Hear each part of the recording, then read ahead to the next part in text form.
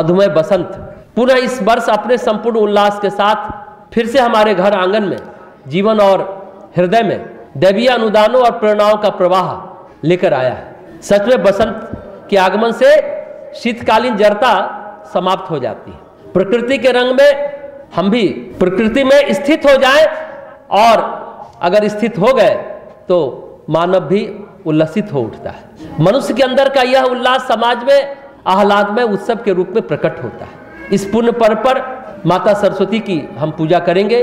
जैसा ब्रह्म वैवर्त पुराण के अनुसार बसंत के अग्रदूत भगवान श्री कृष्ण ने सर्वप्रथम सरस्वती पूजन कर यह विधान बनाया था।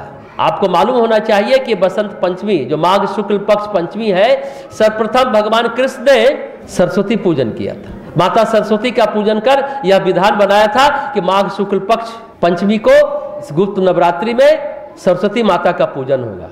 उनके अनुसार आद्यो सरस्वती पूजा श्री कृष्णेन विनिर्मिता यत् प्रसादान्नम्मे श्रेष्ठो मूर्खो भवति पंडितः। श्रीमद् भागवत में श्री कृष्ण के सरस्वती पूजन की बात स्पष्ट है। अगर आप पढ़ते हैं भागवत तो पता चलेगा। कहते हैं कि तभी से भारतवर्ष में बसंत पंचमी के दिन सरस्वती पूजन का क्रम चल पड़ा। देवी सरस्वती सभी जानते हैं ज्ञान और कला की देवी है। वाग देवी के रूप में सांस्कृतिक आस्था का चिरकाल से माता सरस्वती संबल रही है। सरस्वती एक ओर जहां विलुप्त नदी के रूप में जन संस्कृति का प्रतीक है, तो दूसरी ओर देश की भूमियों में व्याप्त भारत की सांस्कृतिक चेतना का विकास है। सरस्वती पूजन कला व संस्कृति के रूप में सदियों से जनमानस की आध्यात्मिक जिज्ञासा की प्यास बुझाती रही है। यह अनेकता में एकता समेटे हुए कह सकते हैं चिर प्रेरणा स्रोत होकर विवेकशील जीवन का आदर्श भी बनी रही है। अनेकता में एकता को समेटे हुए चिर प्रेरणा स्रोत होकर विवेकशील जीवन का आदर्श भी बनी रही है। असंख्य साहित्यकारों रचनाकारों ने देवी सरस्वती की साकार प्रतिमा को सत्यम, शिवम और सुंदरम भावों से भरा है। ऋग्वेद में भी सरस्वती को पवित्रता, शुद्धता, समृद्धता और शक्ति की देवी माना गया है। ऋग्वेद में किसका?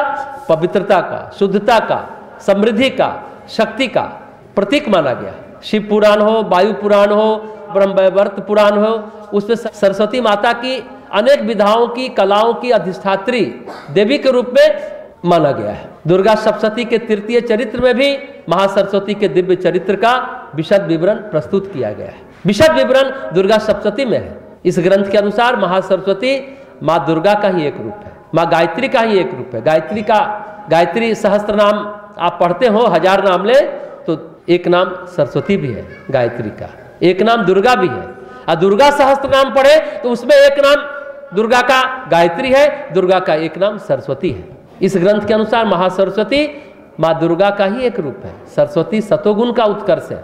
महाभारत में भी कहा गया है देवी सरस्वती का नाम उसमें शतरूपा के रूप में लिया जाता है, जिसके पर्याय क्या हो गए? वाणी, वाग्देवी, भारती, शारदा, नागेश्वरी। इतना नाम माँ सरस्वती का है। इन्हें शुक्ल वर्णा, श्वेत वस्त्र धारणी, वीणा वादनी तथा श्वेत पद्मासना के नाम से भी जाना जाता है। कितने नाम हैं माता सरस्वती के? पुराणों के अनुसार वाल्मीकि, बृहस्पति और भृगु को क्रमशः नारायण, मरीच तथा ब्रह्मा ने सरस्वती मंत्र प्रदान किया था। महाभारत में व्यास जी ने आराध्या सरस्वती को इस तरह स्मरण किया है। किस रूप में? नारायणम नमस्कृत्यम नरम चैव नरोत्तमम देवी सरस्वती व्यासम तनो जय मुदीरयते। इस तरह से महाभारत में व्यास जी ने माता सरस्वती की आराधना की। इस तरह से देवी सरस्वती का स्वरूप भारतीय संस्कृति में बड़े ही प्रखरता और दिव्यता से अंकित हुआ है। माता सरस्वती की साधना एवं उपासना बसंत के उल्लास के साथ साथ त्याग, तप और आनंद का परिचायक है। माता सरस्वती की उपासना से हम सभी के हृदय में भी बासंती उल्लास के साथ दैवीय चेतना और श्रेष्ठ भावों का आविर्भाव हो।